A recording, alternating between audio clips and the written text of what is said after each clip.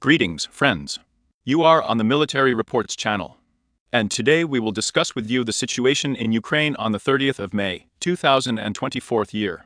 A lot of things have happened today, so let's get started. In general, if we look at the situation so haughtily, we can say that the world has slightly paused. The most serious issues are being resolved now. To be more precise, the composition of the number, let's say. The quality of the forces that Western countries plan to use on the territory of Ukraine is being decided now, among other things. What powers, what privileges, what capabilities these forces will have. Well, let's take it one step at a time. Today, the Russian Federation has inflicted another massive blow on the territory of Ukraine. We see with you, let's say, on, the map of Ukraine, certain icons with the sign explosion, which says where exactly the explosions took place. This is Odessa, this is Poltava, this is the Dnieper, this is. And of course the old Konstantinov. To be more precise, there is a map and routes of movement of both drones and missiles. Please note that today, according to monitoring sources, there were no ballistic strikes. The strikes were carried out exclusively by uranium-type drones, and the strikes were carried out by cruise missiles.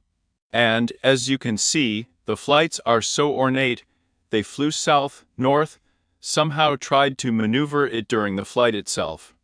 But in any case, all points, all routes of all units without exception, converged on the settlement of Staro-Konstantinov. To this locality. We have not received any information from the settlement itself, neither explosions, nor the work of air defense, nor from what the Russian Federation managed to achieve or did not achieve during this strike. But I remind you once again, for the umpteenth time, that there are rumors, there is information, there are some logical arguments, that it is this airfield in Staro-Konstantinov that Ukraine and the NATO countries plan to use as the main base, the main airfield for the F-16. But among other things, it is this airfield that is being used, and the 7th Aviation Brigade of the Armed Forces of Ukraine was also used, which, let's say, has Su-24 content capable of striking with the use of Storm Shadow missiles. That's the story of a missile strike.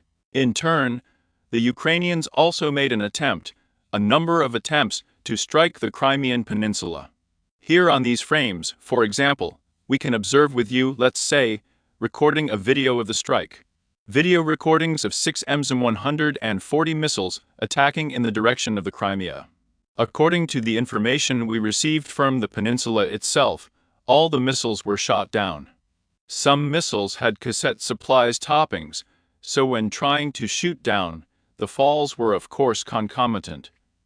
Collateral damage was inflicted to the objects in the area of which these missiles were shot down.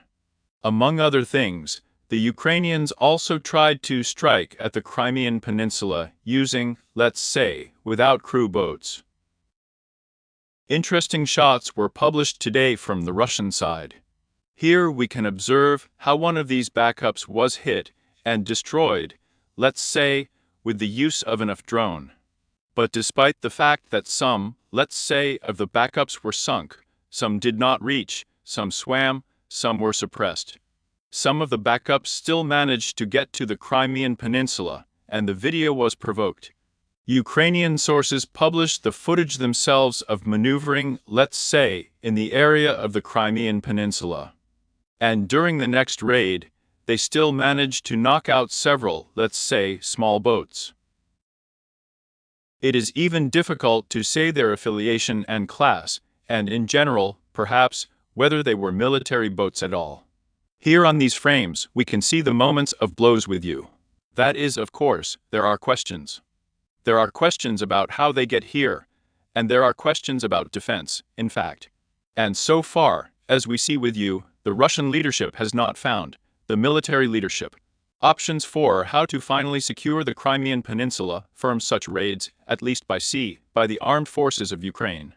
Of course, it is important to pay attention to the fact that there are more and more conversations in Western countries about sending, let's say, what will be sent, and, most importantly, What permits, say, the national state gives to the troops and/or Ukrainians on the use of this or that equipment. For example, today we received information that Denmark will allow the use of the F-16 for strikes on, say, military facilities on the territory of the Russian Federation. Let me remind you that the F-16 as a whole can strike not only with the use of air-to-ground missiles there. They can strike with the use of nuclear missiles. That is, in fact, today Denmark has allowed Ukrainians, from which they can use the F-16. And, if Ukraine had nuclear weapons, strike with these nuclear weapons on the territory of the Russian Federation. In other words, a very serious escalation is actually taking place. More and more news is coming from France itself.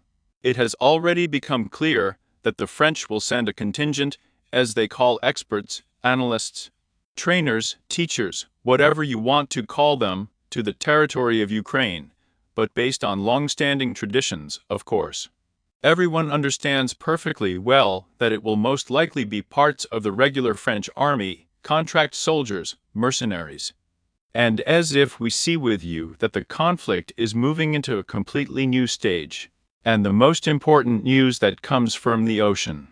Today, information was published that the United States and Ukraine have come very close to signing a defense pact. That is, and that's what the Financial Times is called today. They write that it is precisely the security pact that comes, that is, the protective pact. And this will be one of the most high-profile, one of the most comprehensive agreements between the United States and Ukraine, at least in the 21st century. Well, let's see what specific paragraphs and clauses in this agreement will be described, but in any case, we see with you that the conflict is really moving to a completely new stage. The escalation, of course, will be even greater. If you go to the line of combat contact, then there are changes on the map, there is progress, there is news from various directions. The settlement of Zolochiv flashes more and more in the reports. In the near future, Russian units, according to very reliable Russian sources, in the near future, this front line will open. The offensive will begin. For example, Ukrainian sources, including the head of the military administration of the Kharkiv region, report that they also do not observe this situation and plan to begin evacuating the settlement in the near future. But if we talk about the situation on the ground, so far everything is limited exclusively to artillery shelling. Strikes by airborne drones, strikes with Lancets. There is no talk of any ground operation yet. And separately, very separate rare sources report that in fact the Russian army has concentrated some kind of contingent here. But it is insufficient. However, it is not specified what exactly it is insufficient for. For, say, an offensive towards Kiev, or an offensive only locally towards Kharkiv, or simply to create a sanitary zone. For 10 to 15 kilometers to the border. This information is missing. If we talk about the Lipsi themselves, then here, as we see with you, the front has acquired an absolutely static value. Every day we receive some information about this or that next promotion. However, no cartographer, neither pro-Ukrainian, nor pro-Russian, nor neutral, makes any adjustments to their maps. That is, most likely either the information does not reach us at all, or they advanced 100 meters in the morning, rolled back 100 meters in the evening, which is also possible in principle due to the fact that the front line here is saturated. Saturated not only with Ukrainian soldiers, but also, according to some sources, the front line already in Slobozhansk. The presence of both French, Polish and German officers, soldiers, mercenaries and volunteers is noted. What have we been waiting for? We are moving with you in the direction of Volchansk itself. There is a slight advance, although, to be more precise, the footage was published by the units of Ukraine. If you remember, on the last, let's say, summaries of the latest information and the southernmost part of northern Volchansk. These spiritual street of heroes of Chernobyl heroes, the embankment of the street near the bridge. Individual cartographers, including the Volchansk aggregate plant, was painted in the Russian color of control, right? But today the footage was published. It is difficult to say when exactly this situation occurred, but in these frames. We can observe a counterattack as part of the human units. This is pro-Ukrainian. This is a Ukrainian assault group which at one time was noted and noticed in the battles for Kleshivka. And these units were engaged in a sweep, a counterattack. In other words, it is definitely possible to assure and assert that, indeed, during the last, say, days, the last few preceding days, the Russian units really managed to move south. It is possible to get out practically, let's say, in the area of the bridge. However, here are also published footage of counter-combat and counterattacks. Russian units continue to level and destroy crossings and bridges in the area of Severny-Volchansk, connecting Severny with Yuzhny. Here are the next shots. The bridge has already been destroyed, it's just being finished off all the time. Perhaps there are some other ways to cross the river on the destroyed side, but in any case, if we sum up, the fighting is still underway in this area, and 100% confirmation of the fall of the Volchansky aggregate plant is still, perhaps, premature. There is no news on the citadel yet, although some cartographers reported today that during the fighting, they managed to cling to the first high-rises of the northern part of the citadel. But during the day no more information was received confirming the progress in the citadel itself. In turn, further shots of fiery anomalies are published. Most of the fire anomalies are present, of course, in northern Volchansk. The fiercest fighting and several fiery anomalies are being conducted here in the Sinelnikov area, and a little to the south. Russian units continue to conduct, let's say, an effective counter-battery struggle with the use of lancets. Yes, sometimes you even wonder where the APU has so much artillery, how many were destroyed only in the battle in the northern direction. Perhaps there really are separate channels, separate sources report, that all those loud statements on the internet, and in general from Ukrainian officials that there is a big artillery famine, big problems with supplies, is just another media company with the aim, perhaps, to somehow muffle the attention of the Russian army, the Russian leadership, to make you believe that everything is really so bad and sad. But if we talk about the number of destroyed equipment only in the Kharkiv direction, in my opinion, all records are being broken here. And the question is where it all comes from. And if we sum it up in general like this, today is already the 30th of May, the penultimate day of the May Spring Company. The end is already, let's say, these are the last days of the Spring Military Company itself. Then we can see that indeed all the fighting was conducted along the line of Lipetsk-Volchansk. And very little activity, let's say, along the line of Gold in Cossack-Lopan. Perhaps, after all, as an auxiliary direction, this direction will be opened in the near future. But so far there is not enough information to draw unambiguous conclusions.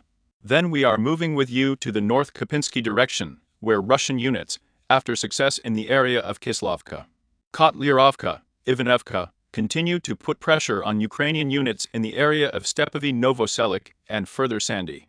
Fabs are being struck, artillery strikes are being struck, the positions of the AFU are equal to the ground, lancets are working. Disembodied workers are working on Kupisk itself. Bridges that were previously destroyed are destroyed 3 times a second time, 4 times a second time. I noticed enough that you very quickly learned how to restore water crossings in the Oskol area in as short a time as possible. And here, let's say, the next frames. Perhaps the same frames are published from different sources with different, let's say, angles, but in any case, it is there. Ukrainians are rebuilding bridges very, very quickly. Then we move with you to the south, where fighting also continues along the Myasozorov-Kharkiv line. So far, no geolocation has been received confirming the progress of Russian units in Myasozorov-Andriivka.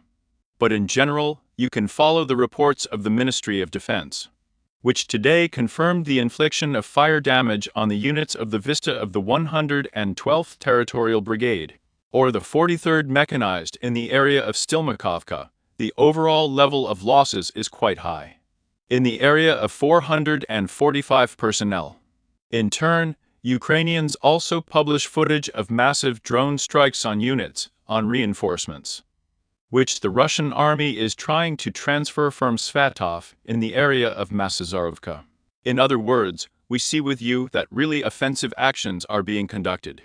It is now that the process of transferring reinforcements to Zero has begun, in order to seize the initiative as much as possible and break through the defense, but we see that the AFU intelligence is also working on it on the main highway.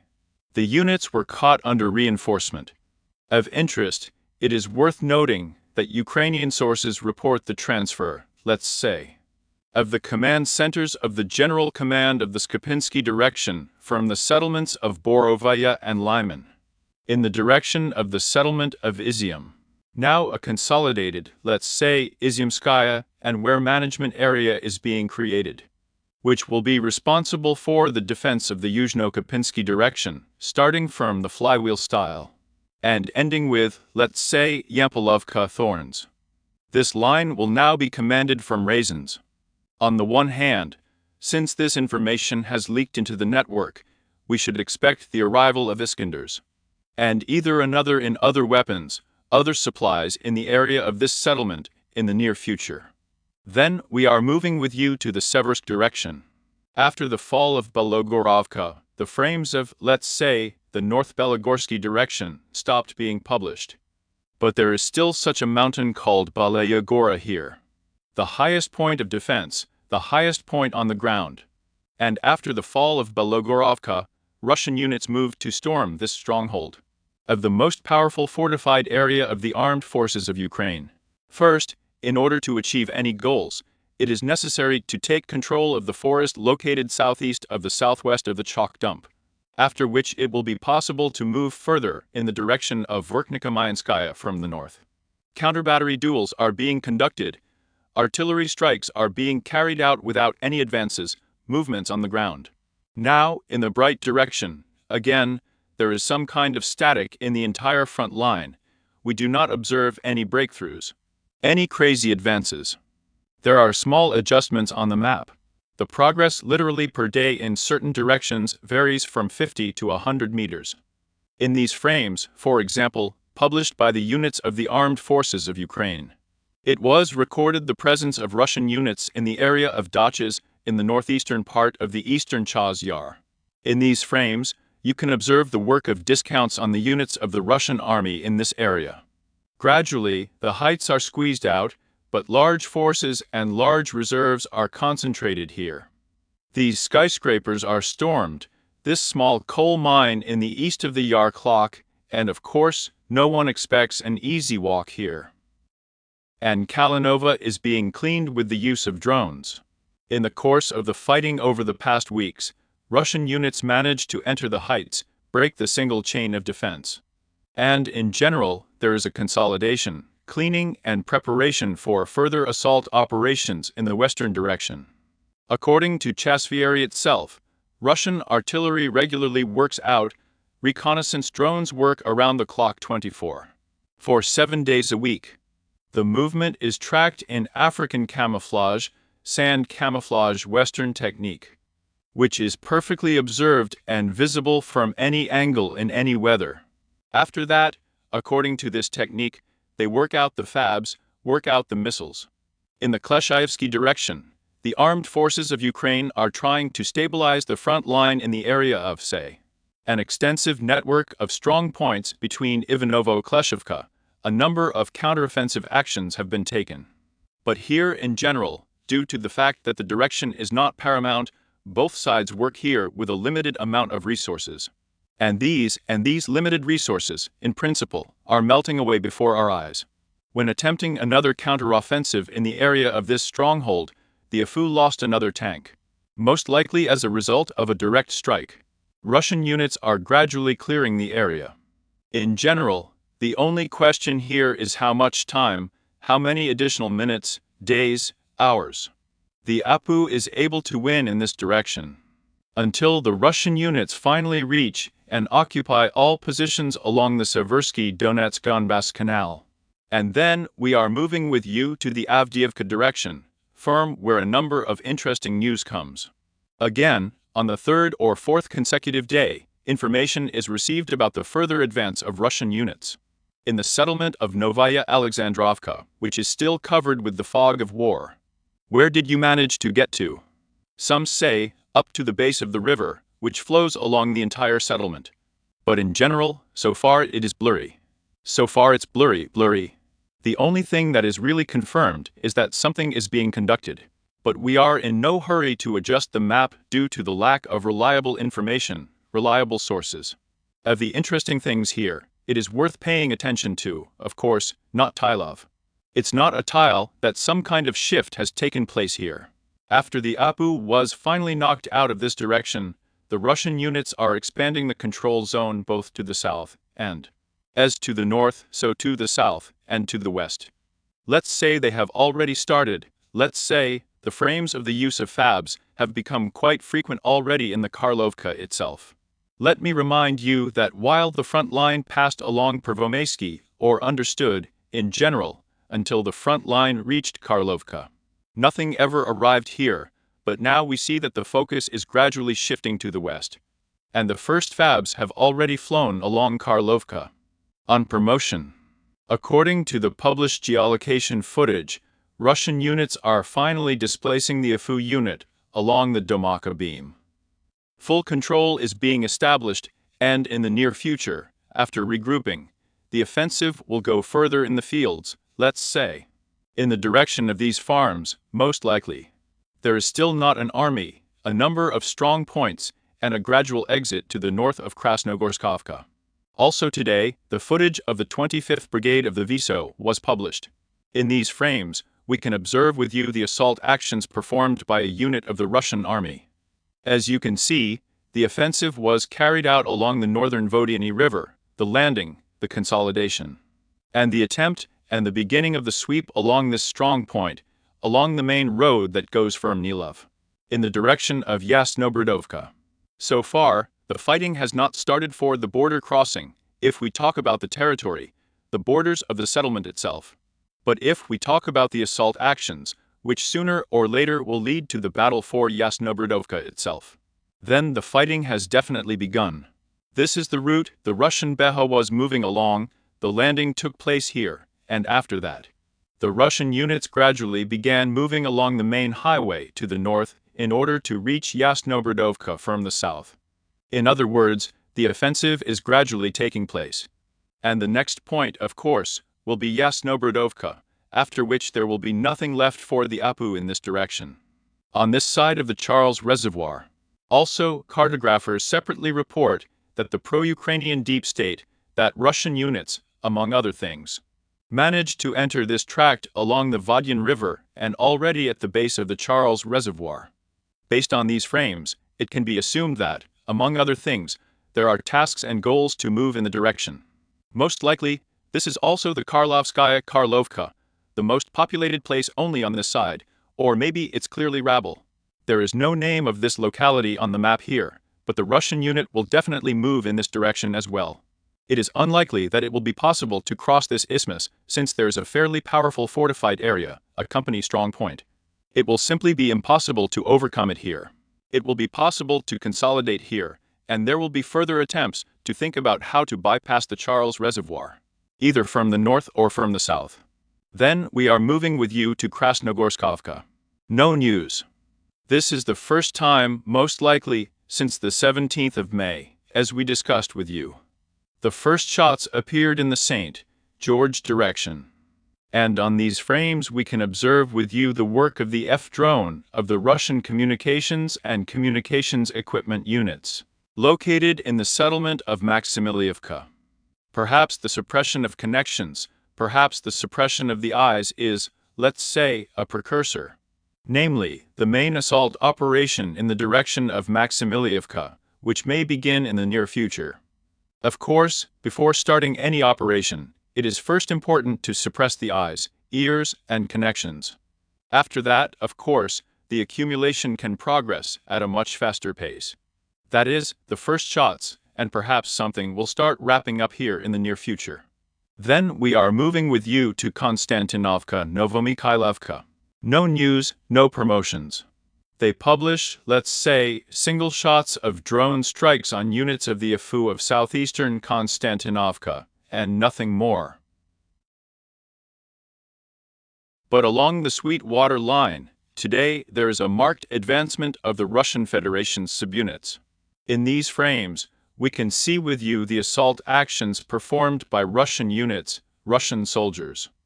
And in front of it, very interesting shots fit, by the way. Please note that the assault actions are carried out exclusively in the composition of the lightest equipment, which is not quite, let's say, well, something normal and natural, at least in recent months. And the Ukrainian positions were stormed either under the cover of a turtle tank, yes, but in no case such light vehicles, yes. And of course, these are military vehicles. They naturally have some degree of armor, but very, very risky actions in my understanding. In other words, there are several explanations here. And either there are fish that are crushing, suppressing Ukrainian drones. They are not able to just fly here to destroy Russian light equipment. Or they really have the most serious shell hunger, the most serious problems with ammunition supply. That they are not even able to stop the offensive of light equipment. Practically, it is a matter of the lightest equipment that is present in the armament of Russian units. If we go back to the map, we see that a fairly large route has been overcome. This was the storming of the fortified area called the house. This turns out to be a house. This is its code name. The soldiers of the Russian army landed and began to clean up the area. That is, the movement was from sweet across the fields, exit, landing, cleaning. In other words, further progress in the direction of Vodin is noted and confirmed. According to the Staromayorsky harvest, today is absolute silence, a day of silence. Separate shots of strikes are being published, most likely, perhaps even slightly archival footage. Even before the main column of equipment broke through and advanced along the main streets to the northern outskirts. Along the harvest of a similar situation. Separate shots of strikes in Beer, strikes on the positions of the armed forces of Ukraine, on soldiers are published. But there are no serious advances.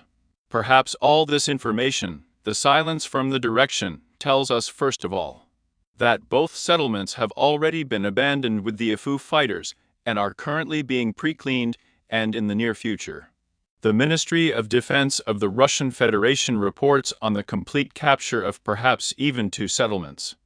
There is nothing new in the work direction. There are individual strikes by the sun, artillery strikes,